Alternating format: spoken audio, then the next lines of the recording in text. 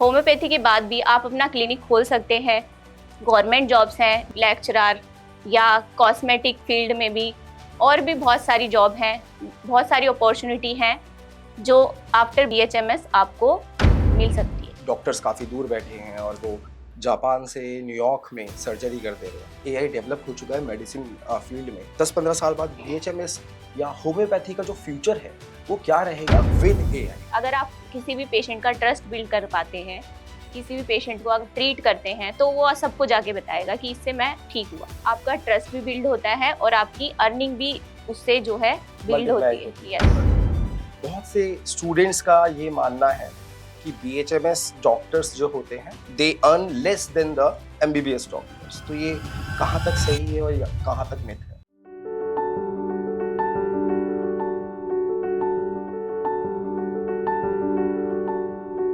भारत में 99% स्टूडेंट्स से जो नीट की तैयारी करते हैं उनसे यही पूछा जाता है कि नीट में आपका स्कोर क्या होगा, आप नीट की प्रिपरेशन कैसे कर रहे हो, कौन सा कॉलेज टारगेट कर रहे हो, एमबीबीएस करनी कहाँ से है, ये सारी चीजें। बट कोई भी ये नहीं पूछता है including the parents of the students कि बीएचएमएस या ऑल्टरनेटिव मेडिसिन सिस्टम में क्या स्कोप है, क्या हम वहां पे भी जा सकते हैं ऑल्टरनेटिव मेडिसिन सिस्टम में। ऑल्टरनेटिव मेडिसिन सिस्टम किस तरीके से इफेक्टिव है और किस तरीके से वो क्योर करता है। ऑल्टरनेटिव मेडिसिन सिस्टम का जो पूरा का पूरा स्कोप है वो स्कोप कैसा है in this changing rapidly changing era of AI. यहाँ पे बीएचएमएस किस तरीके से हमारे लिए एक बहुत ही अच्छा करियर पाथ हो सकता है और एमबीबीएस से हटके एक नया रास्ता हम लोगों को एक करियर पे दे सकता है, आज हम उस बारे में बात करेंगे। और इसके लिए वीएमसी आप लोगों के लिए ऐसे ही काफी सारे एपिसोड्स लेके आया है जिसके अंदर हम कनेक्ट करेंगे आपको डॉक्टर्स के साथ, आप सभी फ्यूचर डॉक्टर्स को। तो इसके अंदर चलिए स्टार्ट करते हैं बीएचएमएस के बारे में सारी चीजें जानना, ओवरऑल क्या है क्या नहीं है, क्या उसके फायदे हैं और किस तरीके से बीएचएमएस के अंदर हम अपना पाथ बना सकते हैं, करियर बना सकते हैं।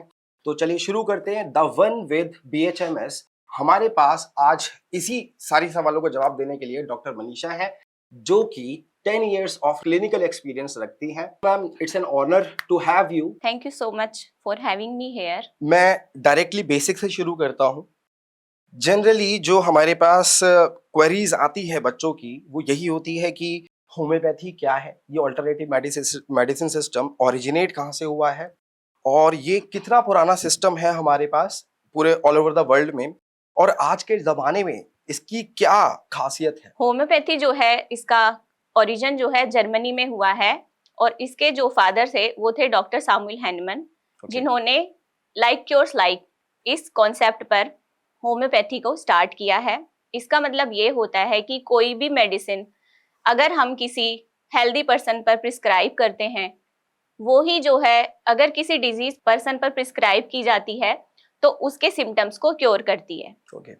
होम्योपैथी के जो है मेन प्रिंसिपल्स हैं होलिस्टिक ट्रीटमेंट, इंडिविजुअलाइजेशन और जो है आपका मिनिमम डोज। तीन जो है इसके कॉन्सेप्ट मेन होते हैं जिन पर होम्योपैथी काम करती है।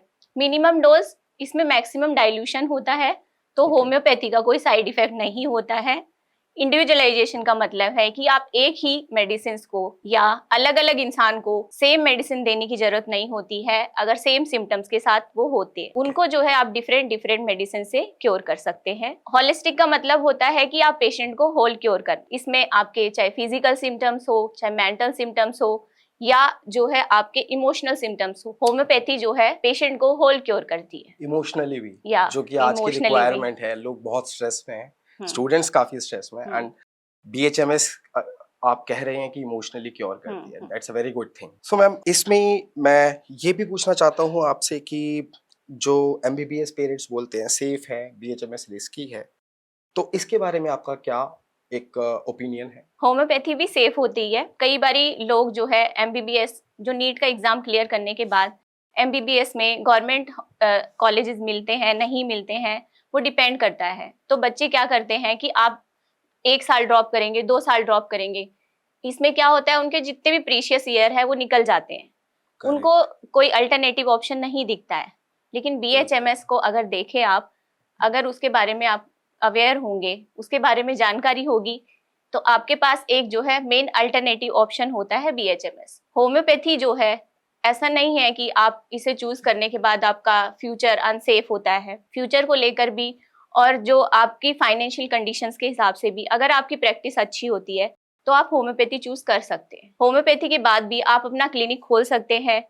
गवर्नमेंट जॉब्स हैं जो आयुष मिनिस्ट्री जिसके अंदर उन्होंने बहुत सारे गवर्नमेंट कॉलेजेस में आप जॉब कर सकते हैं, एज होम्योपैथी प्रैक्टिस कर सकते हैं। इसके अलावा जो है आप लेक्चरर या कॉस्मेटिक फील्ड में भी और भी बहुत सारी जॉब हैं, बहुत सारी अपॉर्चुनिटी हैं जो आफ्टर BHMS आपको मिल सकती है। ओके, मतलब BHMS से काफी सारे और करियर पाथ खुल जाते हैं, जैसे आपने बोला कॉस्मेटोलॉजी, Yes, जो yes. कि एक्चुअली में अगर हम जेंजी की बात करें तो ज्यादा वो कॉस्मेटिक जो है, जो सोशल मीडिया की भी बात करें तो it's all about cosmetics Yes, and all. yes.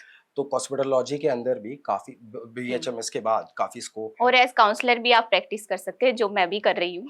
Okay, so ma'am इसके अंदर मेरा एक सवाल और है आपसे कि जैसे आज से 10-15 साल बाद जो AI की टेक्नोलॉजी है वो हम देखते हैं, जैसे आज के समय पे भी कि डॉक्टर्स काफ़ी दूर बैठे हैं और वो जापान से न्यूयॉर्क में सर्जरी कर दे रहे हैं। तो इतना अच्छा खासा AI डेवलप हो चुका है मेडिसिन फील्ड में। उसके बाद भी मतलब 10-15 साल बाद ऑब्वियसली से बहुत ज़्यादा हो जाएगा। तो 10-15 साल बाद BHMS को आप कहाँ देखते हैं? मतलब 10-15 साल बाद BHMS या होम्योपैथी का जो फ्यूचर है वो क्या रहेगा विद AI? ऑब्वियसली AI आने से जो टेक्नोलॉजीज जो है एडवांस हो गई है हेल्थ केयर में, बिल्कुल। स्पेशली सर्जरीज हो या कोई भी रोबोटिक सर्जरी हो या सिंपल सर्जरीज हो, जी। इसमें एडवांस टेक्नोलॉजीज यूज होती है। इसका मतलब ये नहीं है कि BHMS इसमें पीछे है। BHMS में भी AI के आने से जो है डायग्नोज करने में और पेशेंट की रेमेडी सिलेक्शन में, इवेल्युएशन में जो है एडवांस टेक्नोलॉजीज यूज होने से एडवांस जो है ट्रीटमेंट हो गए। ऐसा नहीं है कि आप अगर होम्योपैथी प्रैक्टिशनर हैं तो आप सिर्फ अपने क्लिनिक में ही प्रैक्टिस कर सकते हैं। आप देखते हैं आज ऑनलाइन आजकल जो है डॉक्टर्स जो हैं ऑनलाइन मेडिसिन प्रिस्क्राइब करते हैं। जी नहीं। जूम मीट हो गया या व्हाट्सअप हो गया, और भी टेक्नोलॉजीज हैं जिसको यूज करके होम्योपैथिक डॉक्टर भी जो है एडवांस प्रिस्क्रिप्शन के साथ फॉरेन में भी प्रैक्टिस कर रहे हैं और जो बाहर लोग हैं उनके लिए भी वो लोग मेडिसिन प्रिस्क्राइब कर रहे हैं। ऐसा नहीं है कि AI आने से होम्योपैथी पीछे हो गया है। एडवांस टेक्नोलॉजीज के साथ पहले क्या होता था, सिर्फ एक सिम्टम को हील करने में ही पेशेंट जो है भरोसा करता था सिर्फ MBBS पर, लेकिन बहुत सारे लोग आज भी जो है सर्जरी से भी डरते हैं। बिल्कुल। बहुत सारी क्रॉनिक कंडीशन होती हैं जिसमें आफ्टर सर्जरी भी आपको कोई रिजल्ट नहीं मिलता है। जो BHMS डॉक्टर्स, जो होम्योपैथिक प्रैक्टिशनर आज क्रॉनिक डिजीज में जितना भी मेडिकल कैरियर होता है, नॉलेज होती है, स्किल होती है, उसके अकॉर्डिंग जो है जो मेडिसिन को प्रिस्क्राइब कर रहे हैं, तो क्रॉनिक डिजीज में भी होम्योपैथी का रिजल्ट अच्छा है। क्रॉनिक के लिए भी, Yes. जो कि एक लॉन्ग टर्म डिसीजेज रहते हैं। यस। और AI आने से और टेक्नोलॉजी आने से जो आपके क्रॉनिक कंडीशंस है वो बढ़ती जा रही है, जिसमें मेन हीलर और जो मेन क्योर करेगा वो सिर्फ होम्योपैथी है, जो आपका लॉन्ग टर्म इफेक्ट रहेगा।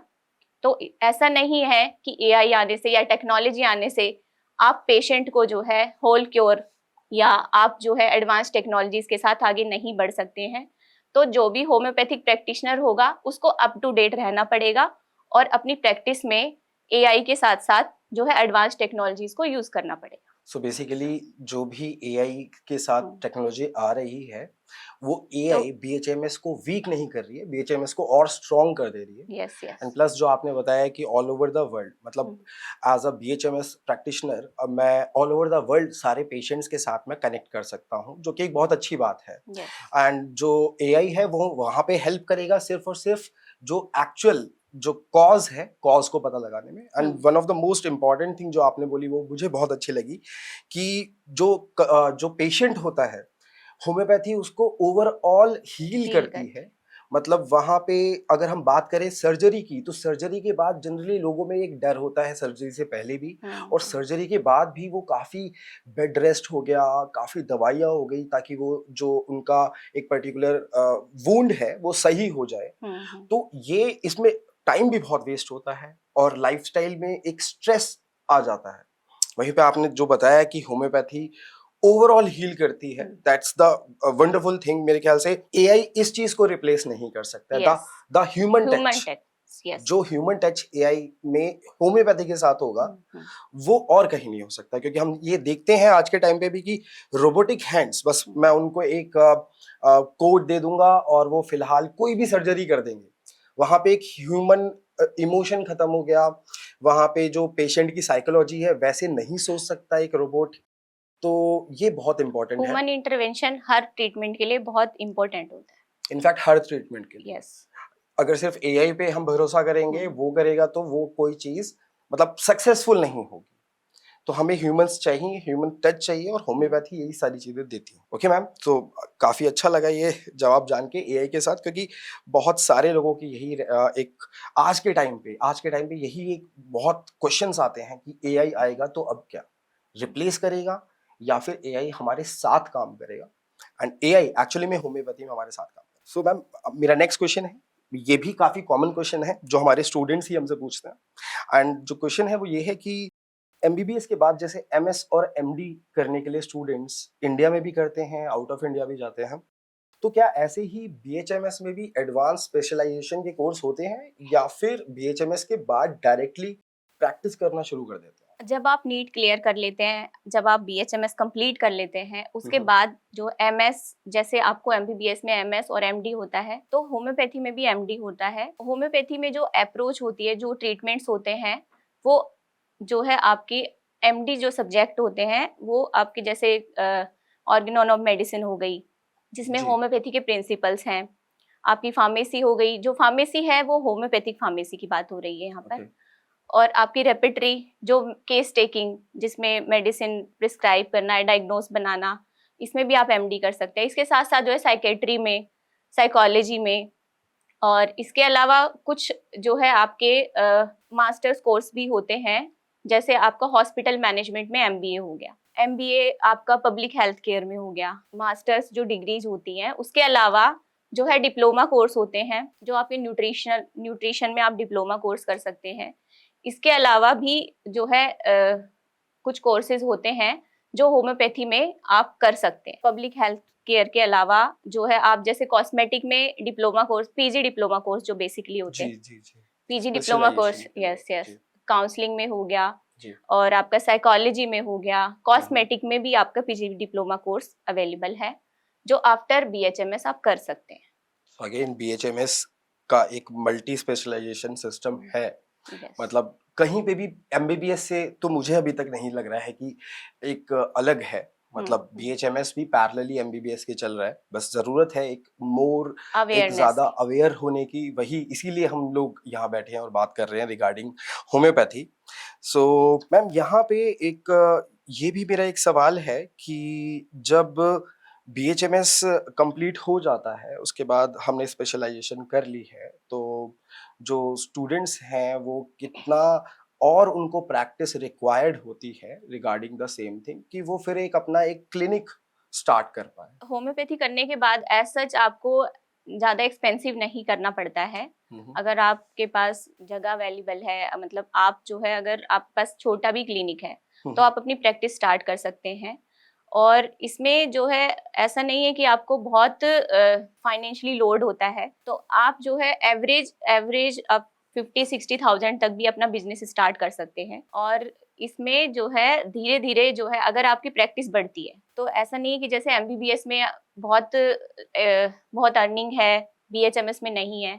वो डिपेंड करता है आपकी प्रैक्टिस पर, आप पेशेंट को कैसा क्योर करते हैं, आप कितने हीलर हैं, वो डिपेंड करता है। आपकी जो ग्रोथ होती है वो आपकी स्किल पे डिपेंड करती है। आप जैसे जैसे प्रैक्टिस करते रहते हैं, अगर आप किसी भी पेशेंट का ट्रस्ट बिल्ड कर पाते हैं, किसी भी पेशेंट को अगर ट्रीट करते हैं, तो वो सबको जाके बताएगा कि इससे मैं ठीक हुआ।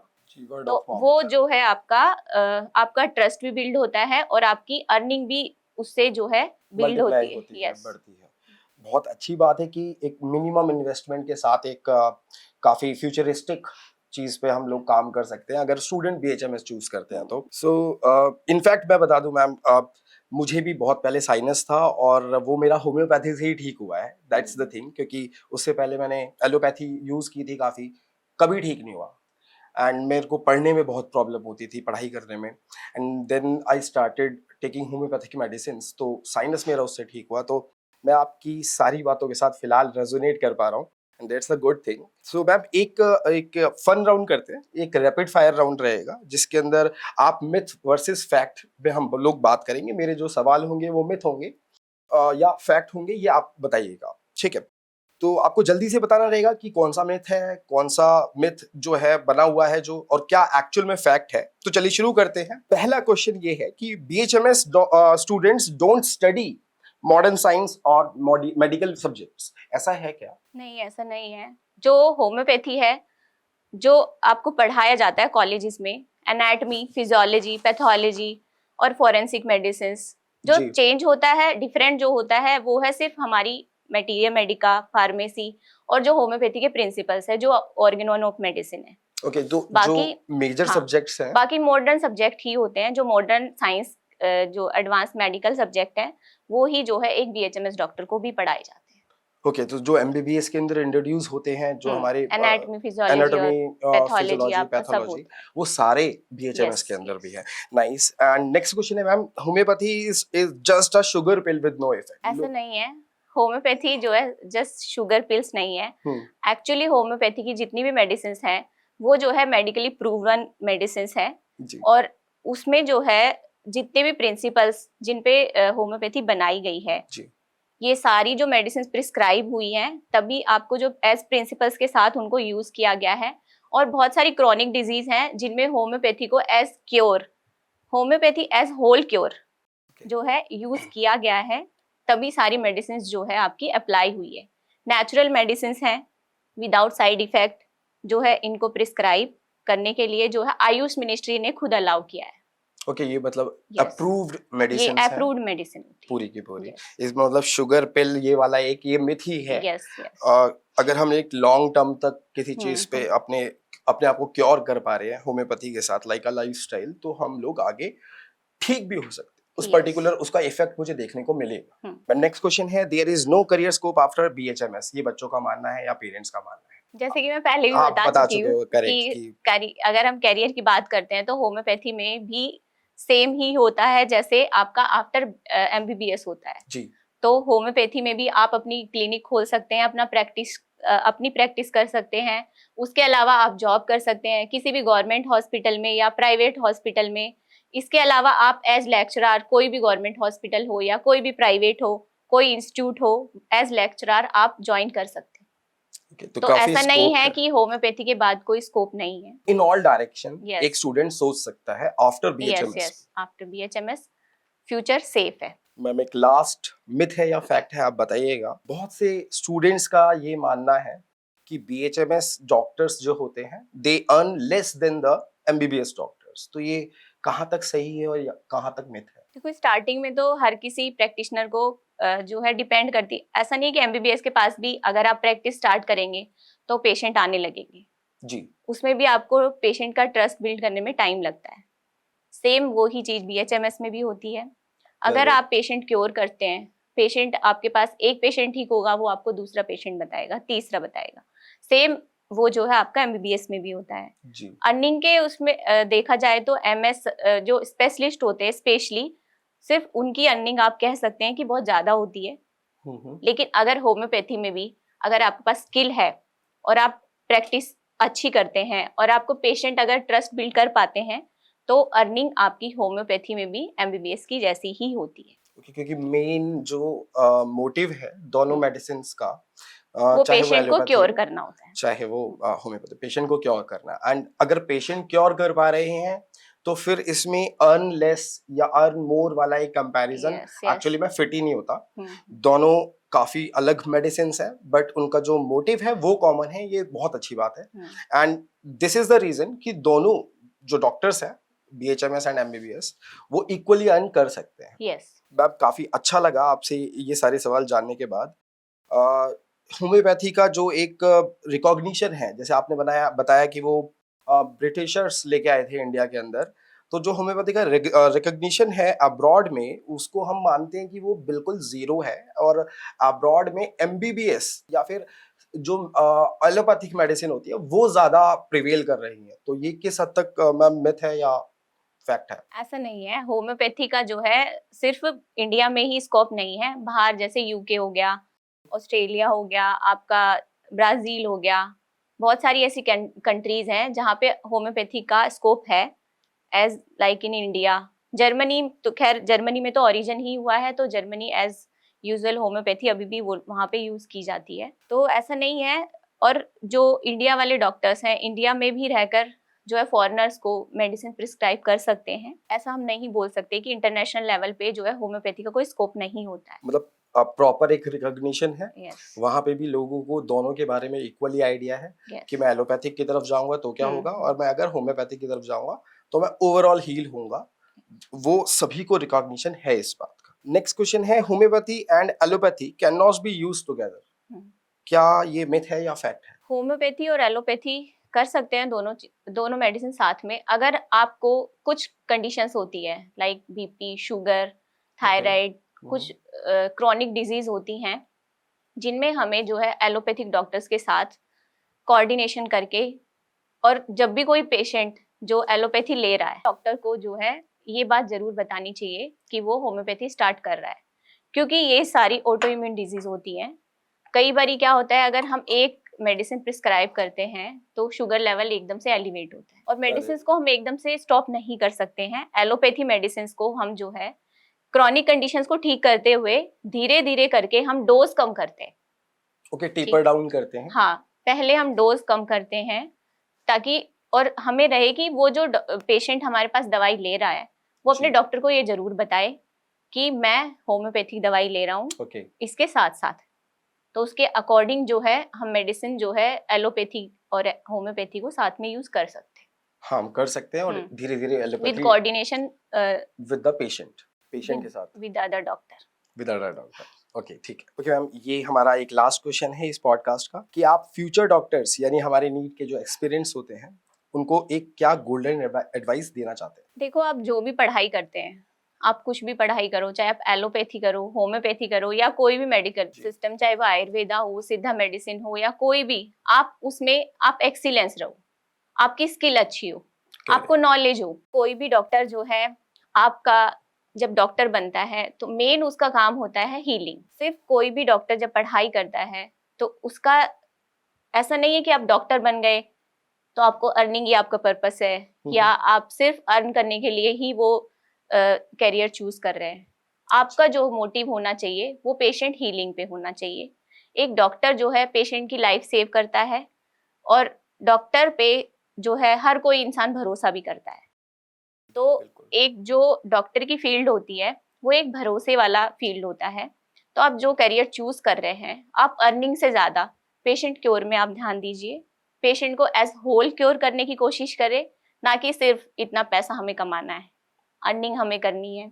अगर आप सिर्फ क्योर पर ध्यान देंगे तो आप जो है एक बेस्ट डॉक्टर हैं, बेस्ट हीलर हैं, और आप जो भी प्रैक्टिस कर रहे हैं उसमें आप बेस्ट रहो, ये मेरा मानना है। ये गोल्डन अपॉर्चुनिटी जो हमें एक डॉक्टर बनने की दी गई है, जो हम बने हैं डॉक्टर, जो हर किसी को नहीं दी जाती है या हर कोई बन नहीं पाता है, तो आप उसके लिए जो है आप गॉड को थैंक यू बोलो। एग्जैक्टली, मतलब लोग थोड़ा सा एक पर्टिकुलर एक भेड़ चाल में चले जाते हैं बच्चे, और अगर आप डॉक्टर बन रहे हो तो सिर्फ इसलिए नहीं डॉक्टर बन रहे हो कि वहां पे आपको पैसा अच्छा मिलेगा। इनफैक्ट आप डॉक्टर इसलिए बन रहे हो कि आपका मेन मोटिव है पेशेंट को हील कर, और अगर आप वो किसी भी ऑल्टरनेटिव मेडिसिन या एलोपैथिक के साथ भी अगर आप पेशेंट को हील कर पा रहे हो ओवरऑल, तो वो एक्चुअल में आपका मोटिव रहेगा। वहां पे जो पैसा है वो एक साइड इफेक्ट है जो कि आता जाएगा, आपको चिंता करने की जरूरत नहीं है। तो इनफैक्ट ये और डॉक्टर के अलावा और भी मेडिकल में जैसे नर्स हो गई या कोई भी स्टाफ होता है, कोई जरूरी नहीं है कि आपके सारे जो यहाँ पढ़ाई कर रहे हैं सारे डॉक्टर ही बनेंगे। बिल्कुल ठीक है, कोई नर्सिंग में भी जा सकता है या किसी भी उसमें जा सकता है फील्ड में जो मेडिकल से रिलेटेड हो जी। तो उनका मेन जो है मोटिव होना चाहिए जो पेशेंट को हील करना, पेशेंट की केयर करना, तो ये मेन आपका टारगेट होना चाहिए। तो जो हम ठीक है, लोगों ने जितने भी आपके बीएमसी में बच्चे पढ़ रहे हैं उनका मेन टारगेट होना चाहिए पेशेंट को क्योर करना, पेशेंट की केयर करना।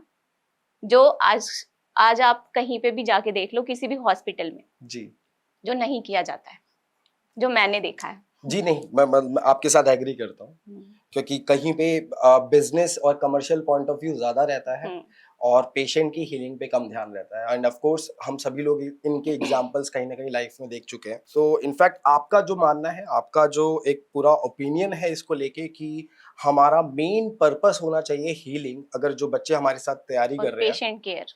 तो वो पेशेंट केयर और हीलिंग को ही सोचकर आगे इस फील्ड में भरे। हाँ, मेडिकल लाइन में आप जब भी जाएं, जब आप जो है ये ना सोचे ये काम मेरा नहीं है, करेक्ट, आप स्किल पे ध्यान दो। जो भी आपका मोटिव होना चाहिए पेशेंट केयर, जैसे कोरोना के टाइम पे भी हुआ था, कोई पेशेंट को हाथ नहीं लगा रहा जी था, जी जी, कोई पेशेंट की केयर नहीं कर रहा था। मेन जो टारगेट था उनका वो क्या था कि बस अपने आप को सेव कर बचा के रख लिया। लेकिन कुछ डॉक्टर्स थे जो कि जिन्होंने मतलब वो एक आगे बढ़े और उन लोगों ने ट्रीट करना शुरू करा। और इनफैक्ट हम लोगों ने भी सुना था कि कुछ डॉक्टर्स ऐसे थे जिन्होंने कोरोना के फर्स्ट पेशेंट को वहां उनके पास जाने की हिम्मत की। आफ्टर दैट वो दे गॉट एक्सपायर्ड, बट उससे पहले जो उन्होंने स्टेप लिया, शायद उसकी वजह से ही बाकी सारे डॉक्टर्स उस एक रोड पे, उस पाथ पे चल पाए और कोरोना मतलब इंडिया से हम लोगों ने खत्म कर दिया। एकेडमिक जो भी था हमारा जी एंड पैंडेमिक को हमने खत्म किया है। एग्जैक्टली क्योंकि बाहर के देशों में देखा जाए तो वहां पे उनका जो मेन फोकस था वो खुद को बचाना। तो यहाँ पे इंडिया में बहुत ऐसे डॉक्टर्स हैं जो कि पेशेंट के लिए ही मतलब अपनी पूरी पढ़ाई करते हैं, प्रैक्टिस करते हैं और पेशेंट को दिमाग में रख के वो पूरा अपना करियर डिसाइड करते हैं। That's a very Yes. Good thing. So दोस्तों, आज का जो डिस्कशन है वो एक चीज क्लियर ये करता है कि होम्योपैथी और एमबीबीएस ये दो अलग अलग चीजें होने के बावजूद भी एक सिंगल मोटिव रखती हैं, पेशेंट को क्योर करना होलिस्टिकली। एंड उसके अलावा दोनों ही ब्रांचेस, अगर मैं बात करता हूँ एलोपैथी और होम्योपैथी की, ये दोनों ही ब्रांचेस इक्वल स्कोप रखती हैं all over the world and equal scope रखती हैं फाइनेंशियली भी। तो वीएमसी आप लोगों के लिए इसी तरीके की आगे भी एक एपिसोड्स लेके आते रहेंगे regarding everything which you need to know for being a future doctor. Thank you.